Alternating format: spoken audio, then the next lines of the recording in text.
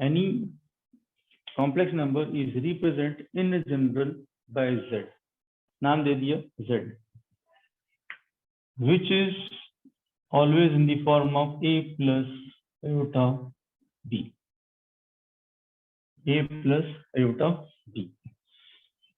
So this complex number has two components. One is real component and second is imaginary component.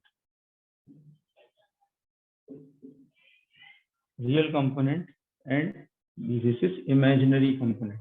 Iota के साथ जो component है वो हमेशा इमेजिनरी होता है। ए को हम कहते हैं रियल पार्ट और बी को कहते हैं इमेजिनरी पार्ट।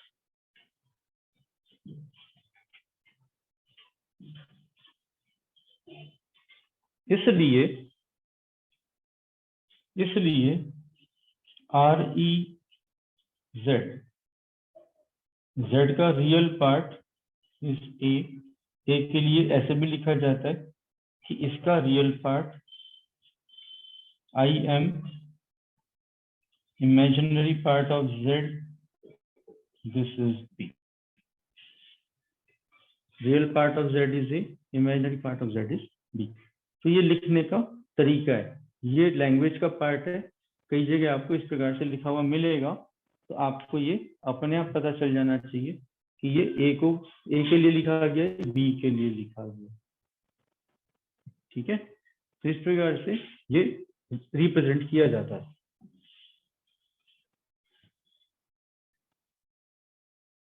ऑन ग्राफ, इसको ग्राफिकली भी रिप्रेजेंट करते हैं। तो this plane in on which we plot these numbers is called a complex plane.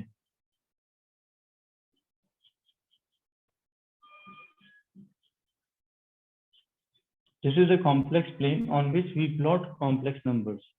इस कॉम्प्लेक्स प्लेन में दो एक्सिस हैं, एक तो ये वाला एक्सिस, एक ये वाला axis.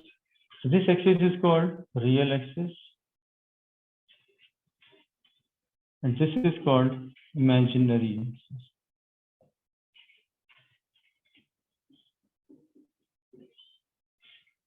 This is real axis, this is imaginary axis. तो इस प्रकार से हम इनको यूज करते हैं।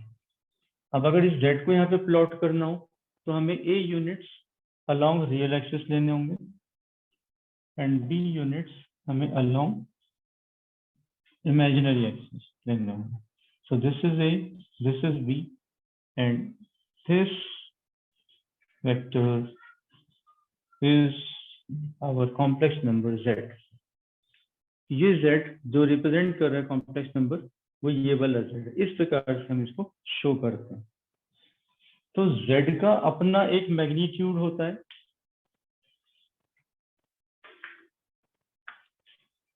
Z की अब दो चीजें हो गई, एक तो इसका अपना एक मैग्नीट्यूड हो गया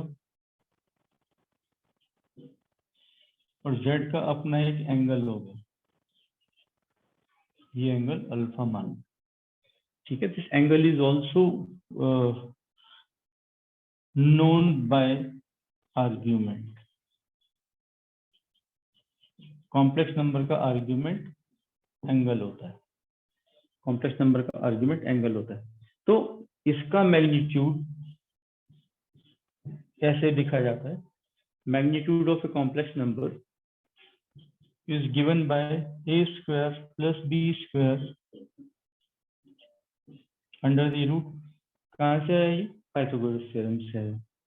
ठीक है, और इसका जो आर्ग्यूमेंट है tan अल्फा, ये कहाँ से है?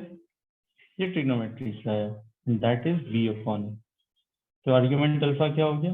tan inverse v upon. ठीक है, तो ये जो कॉम्प्लेक्स नंबर z हमने इस फॉर्म में लिखा है, इसी को लिखने का जो दूसरा तरीका है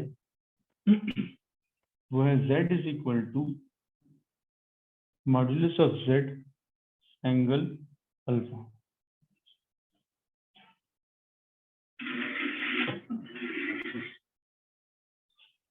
तो जब किसी भी कॉम्प्लेक्स नंबर को इस फॉर्म ऐसे लिखा जाता है हम इसको कहते हैं पोलर फॉर्म। और जब ऐसे लिखा जाता है this is called rectangular form.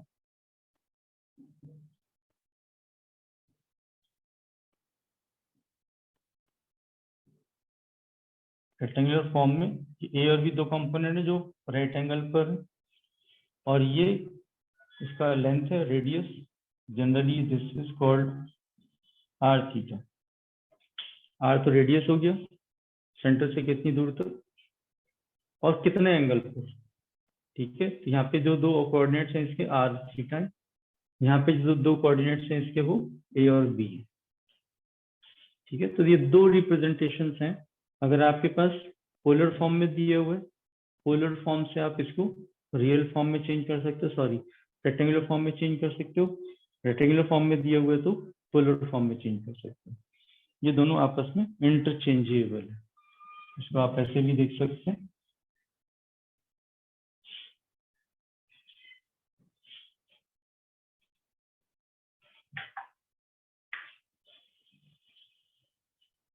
अगर आपको आर और अल्फा पता है तो ए के लिए हम क्या लिख सकते हैं, A is R cos alpha and P is R sine alpha.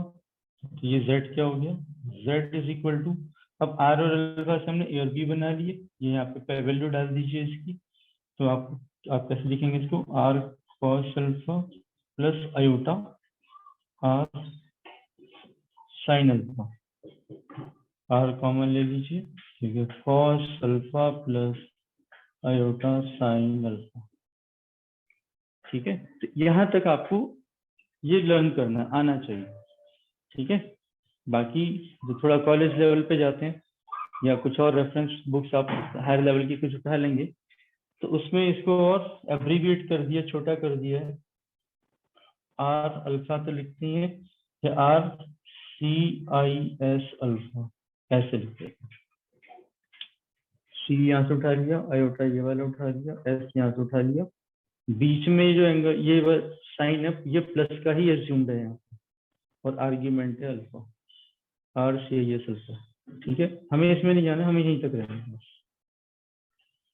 तो हमारी जो रिक्वायरमेंट है 11th की वो ये है कि अगर कोई रेक्टेंगुलर फॉर्म में हमें दिया गया है तो उसको पोलर में कैसे चेंज करना है, पोलर में दिया हुआ है तो उसको रेक्टेंगुलर में कैसे चेंज करना है, ये चीजें अपने को आनी चाहिए। ठीक है, आप कुछ बेसिक ऑपरेशंस कर लेते हैं।